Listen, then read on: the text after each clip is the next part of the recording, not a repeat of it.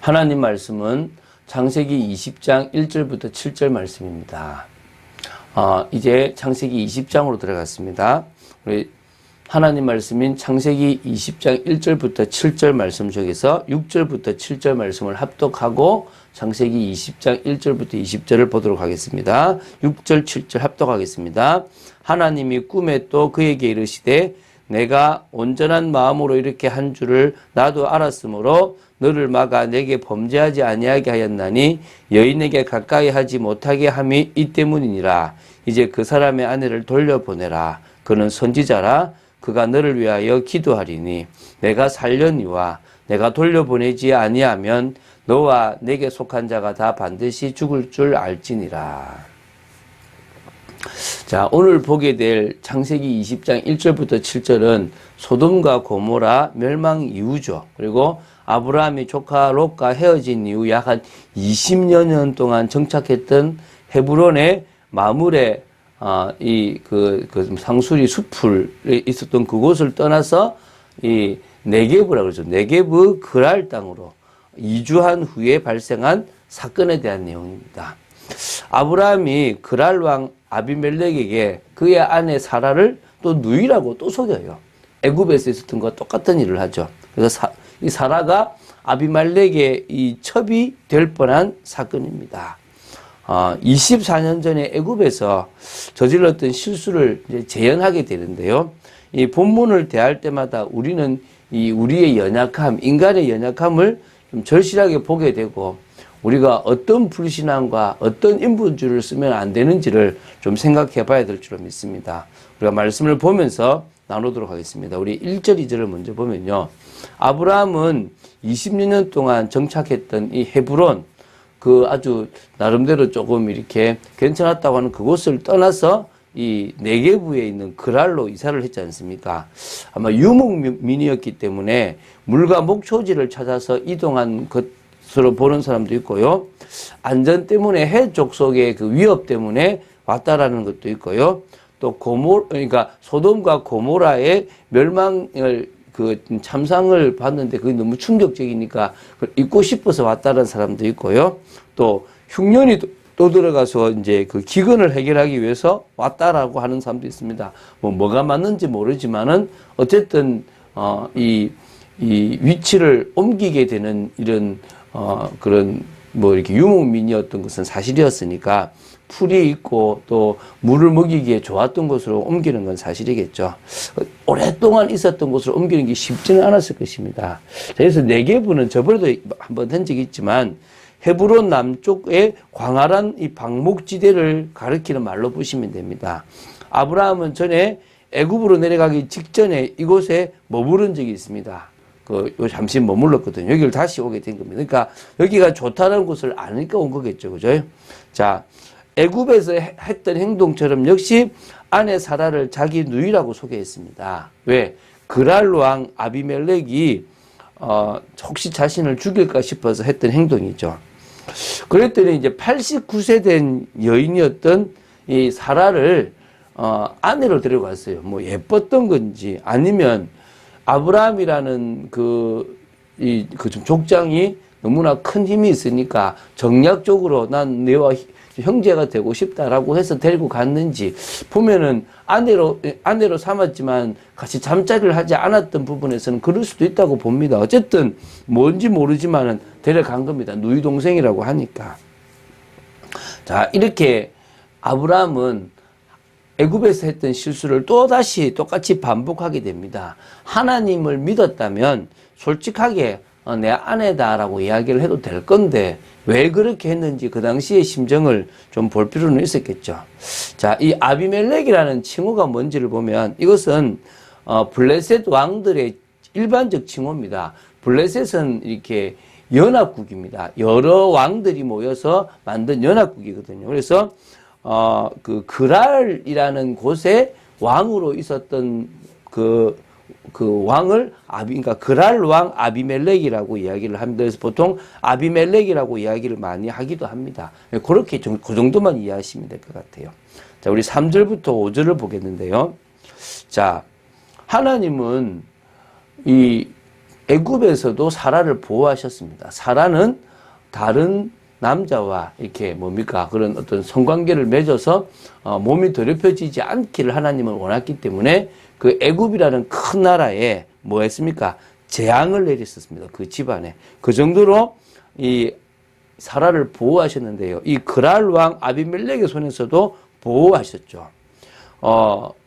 그때는 그냥 일방적으로 재앙만 내리셔서 알게 하셨다고 하면 이번에는 아비멜렉의 꿈에 나타나셨어요. 현몽을 하셨는데요. 물론 재앙이 내리지 않은 건 아닙니다. 뒤에 보면은 17절, 18절에 보면 아브라함이 이 아비멜렉의 집안을 놓고 기도하니까 닫혔던 모든 태가 열리게 되는 일이 있었습니다. 그 말은 한마디로 말하면 태가 닫히는 그런 재앙이 일어났기도 했다는 거죠. 근데 아마 돌려보내지 않았으면 더 큰 재앙이 있을 겁니다. 한번 이제 보면 압니다. 보시오. 이제 하나님께서 아비멜렉이 이렇게 말씀하십니다. 내가 데려간 이 여인으로 말미암아 내가 죽으리니 그는 남편이 있는 여자임이라. 너 죽고 싶어? 이제 이렇게 한 겁니다. 아비멜렉은 다행스럽게 그 사라를 가까이 하지 않았다. 이 말은 성관계를 가지지 않았다. 이 말이겠죠. 이게 그래서 아마 정략적 결혼이지 않았나라고 이렇게 보기도 합니다. 어쨌든, 주여, 주께서 의로운 백성도 멸하시나이까? 이제 이렇게. 그러니까 하나님을 알았다. 이 말이겠죠. 그죠? 자신은 하나님을 믿지 않았지만 하나님이라는 신이 어떤 신인지는 아브라함을 통해서 알았든지 아니면 다른 루트로 알았든지 알았다는 것입니다. 그러면서 그가 나에게 이는 내 누이라고 하지 아니하였나이까? 그 여인도 그는 내 오라비라 하였사오니 나는 온전한 마음과 깨끗한 손으로 이렇게 하였나이다. 나는 떳떳합니다. 내가 이 사람이 부인이 있고 남편이 있는데 그 여인을 내가 취한 건 아니지 않습니까? 라고 얘기하는 겁니다. 그래서 어쨌든 참 우리 때문에 불신자들도 하나님을 알 수 있습니다. 그런 신이 있구나. 이 지금 아비멜렉이라는 왕이 누구를 안 겁니까? 하나님이라는 신이 이렇게 공의롭고 전능하시다는 것을 나름대로 알았던 것입니다. 경외심을 가졌습니다. 물론 믿지는 않았던 것 같아요. 자, 6절부터 7절을 좀 보겠습니다. 하나님 역시 그랄 왕 아비멜렉의 온전한 마음을 인정하셨습니다. 자, 제가 읽어보면 좀 긴데요. 읽어봐야 됩니다. 내가 온전한 마음으로 이렇게 한 줄을 나도 알았으므로 너를 막아 내게 범죄하지 아니하게 하였나니 여인에게 가까이 하지 못하게 함이 이 때문이니라. 이제 그 사람의 아내를 돌려보내라. 그는 선지자라. 그가 너를 위해서 기도하리니 내가 살려니와 내가 돌려보내지 아니하면 너와 내게 속한 자가 다 반드시 죽을 줄 알지니라. 너만 죽는 게 아니라 너에게 속한 자 모두가 죽는다. 어이구, 그렇죠, 그죠? 아주 확실한 협박입니다. 원래 상태로 돌리지 않으면, 살려보내지 않으면 너는 죽는데 그 정도가 아니라 네 가족, 네 아는 모든 사람을 내가 다 죽여버리겠다라고 할 만큼 협박입니다. 하나님은 그렇게 하실 수 있죠. 왜? 하나님의 계획에 합당한 사람입니다. 하나님의 언약을 성취할 처음부터 예정하고 선택한 사람입니다. 그 사람을 누가 건드릴 때 하나님은 가만히 두겠습니까? 그렇지 않습니다. 그래서 여러분, 우리가 어떤 존재냐? 아브라함에게 했던 것처럼 너를 축복하는 자에게 내가 복을 주고 너를 저주하는 자 내가 저주하겠다라고 하실 만큼 우리는 그런 존재임을 아셔야 됩니다. 자, 여기서 또 두 가지가 있는데요. 우리가 어떤 존재냐? 선지자입니다. 그러니까 아브라함이 선지자라고 얘기하는 거예요. 그래서 아브라함은 주위의 사람들을 두고 기도해 줄 수 있는 사람입니다. 쉽게 말하면 우리도 우리 주위에 있는 사람들을 두고 기도하고 복음을 전해야 될 그런 선지자와 같은 전도자와 같은 인생임을 기억하시기 바랍니다. 그러니까 한마디로 아비멜렉은 그 족장이라고 생각했는데 자기 밑에 사람이라고 생각했는데 하나님은 뭡니까? 너 위에 있는 종교적으로 다시 말하면 나와 통하는 자다. 나와 통하는 자기 때문에 그가 너를 놓고 축복한다면 너가 복을 받을 수 있다. 내가 너를 위해서 복을 줄 수 있다. 누구 때문에? 너를 위해서 기도하는 아브라함 때문에 그럴 수 있다. 라고 이야기하는 겁니다. 그래서 나중에는 이제 아비멜렉이 후위 재산을 주기도 하는데요. 자, 어쨌든. 자, 이게 지금 우리의 신분이라는 것을 명심해야 됩니다. 그리고 하나 좀 재밌는 게 있는데요.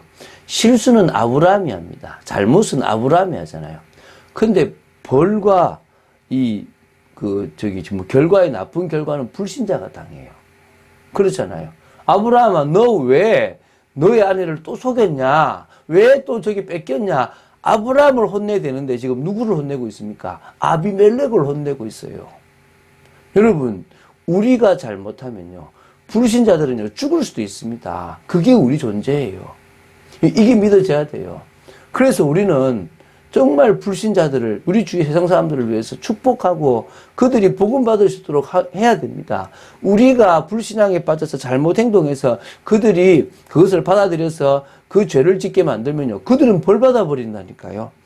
이 정도로요, 우리가 정말 존귀한 존재라는 정체성을 가지고 믿음으로 나아가야 될 줄 믿습니다. 그래서 돌이킴이라는 게 중요해요.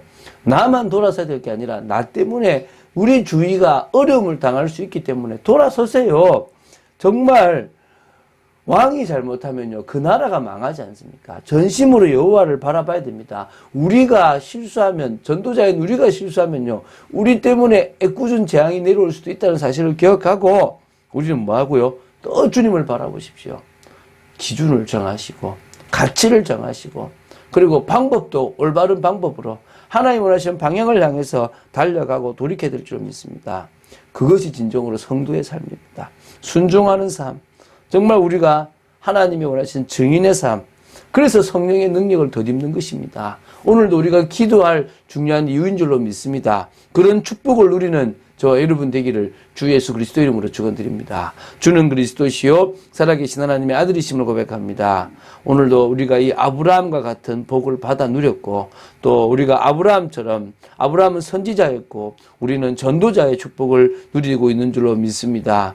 아버지 하나님, 현장을 두고 사람들을 놓고 기도하는 그런 아버지 하나님 파수꾼의 사명을 감당케 허락하시고 정말 하나님의 나라를 위하여 살아가는 그런 저희들 되게 하여 주시옵소서. 주 예수 그리스도 이름으로 기도드립니다. 아멘.